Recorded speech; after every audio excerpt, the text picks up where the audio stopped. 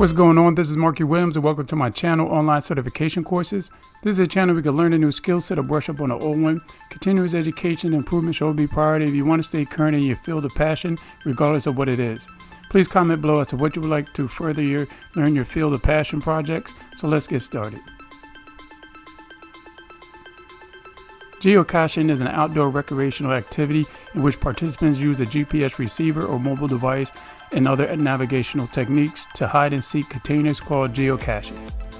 Or caches, there are specific locations marked by coordinates literally all over the world. There were over 1 million active players in the United States as of 2021. Geocaching can also be considered as a location-based game. A typical cache is a small waterproof container containing a logbook and sometimes a pen or pencil. The geocacher signs the log with their established code name and dates it in order to prove that they found the cache. After signing the log, the cache must be placed back exactly where the person found it. Much larger containers such as a plastic storage container, Tupperware or similar, or ammo boxes can also contain items for trading such as toys or trinkets, usually of more sentimental worth than financial. Geocaching shares many aspects with benchmarking, trig pointing, orientating, treasure hunting, or letterboxing. There are many different types of geocaching, such as the mystery or puzzle caches, the challenges caches, or the moving or traveling caches. By simply visiting geocaching.com or use a smartphone app to find caches. Choose an easy cache for the first hunt. Caches have ratings on difficulty, size, and terrains. You can download your coordinates to your GPS or use your smartphone, then you'll be on your way.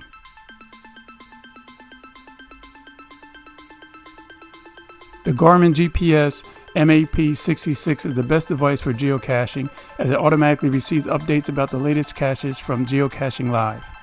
This includes descriptions, hints, clues, and logs.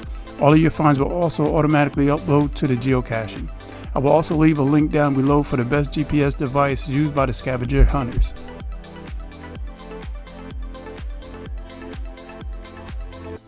There are 3 very simple geocaching rules, and they are: 1. Take something from the cache.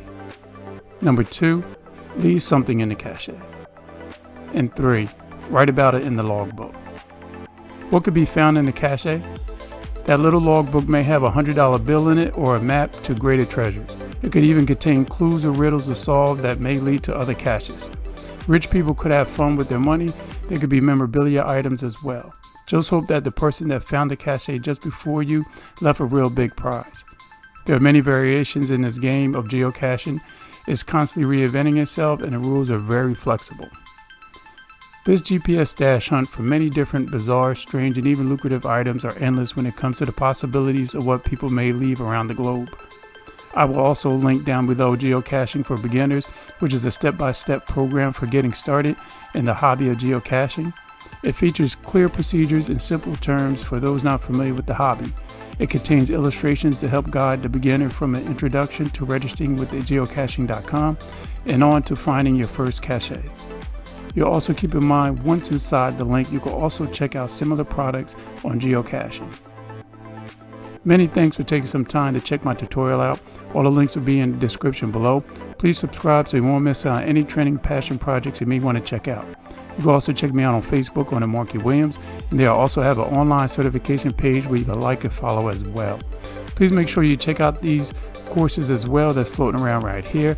Many thanks. It's Markie Williams, and I'm out.